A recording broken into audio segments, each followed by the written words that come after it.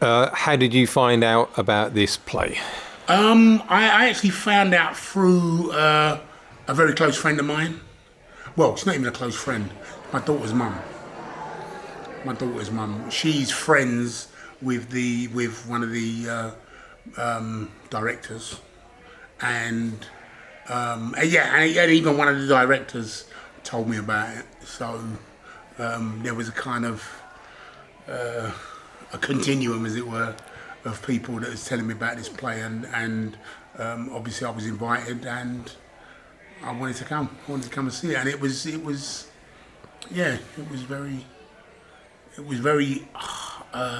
How do I say? It was very real. Obviously, it's a real story. It's a real life person, and it was very touching because for me, having been in the professional boxing game, amateur professional boxing game, it was very real, very real.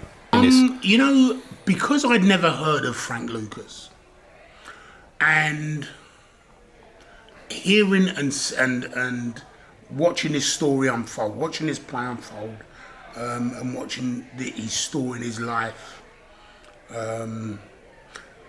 growing up and coming over here in the 70s, 60s and 70s, and boxing in the 80s. I kind of, and thinking about my youth and my younger days, because I was born in the 60s and grew up in the 70s and 80s. And not understanding about amateur and professional boxers. I never got into it till I was in my late teens, and then seeing some of the things, some of the horrible things that happened to him and that shaped him, and it was very touching. for anybody that would be coming to watch this play, what would you recommend to them about this play? I would say be prepared to really have your heartstrings tugged at. If you don't shed a tear, and if you don't have that big lump in your throat, then there's something wrong, because it is very, it's a play, and it's a play that really makes you think about not just the main protagonist in the play and what he's about and how his life was, but society, society as a whole, and maybe how far we've moved on, and maybe how far we haven't moved on. What will they get out of watching Frankie Lucas? What's going to be Frankie Lucas's gift to them by them watching him here? His gift would be, for me, that tenacity, not giving up, not in the end, reconciling with some of those people from his past, and the bond that he always had with his son.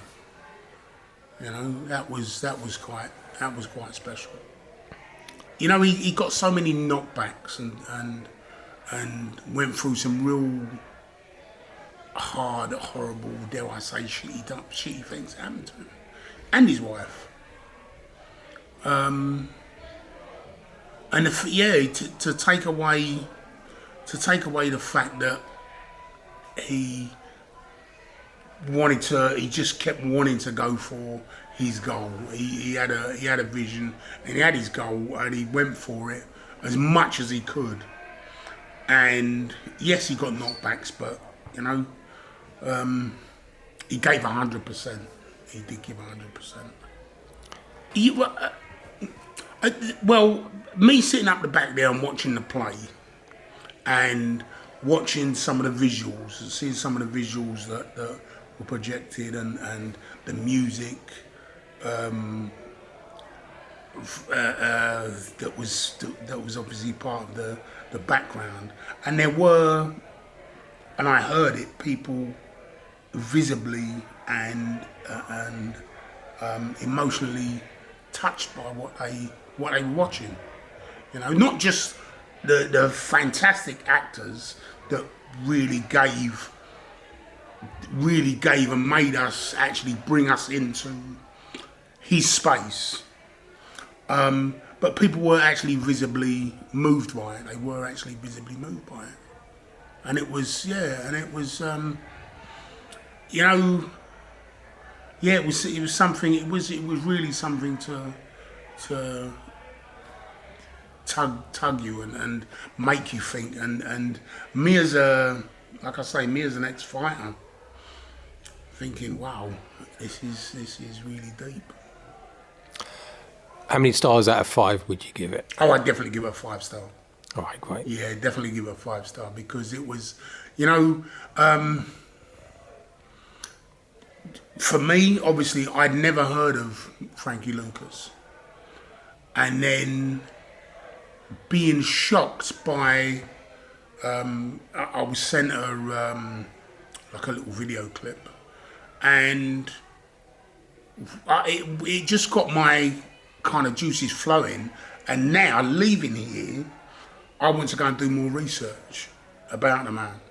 And to me, that's a very kind of deep.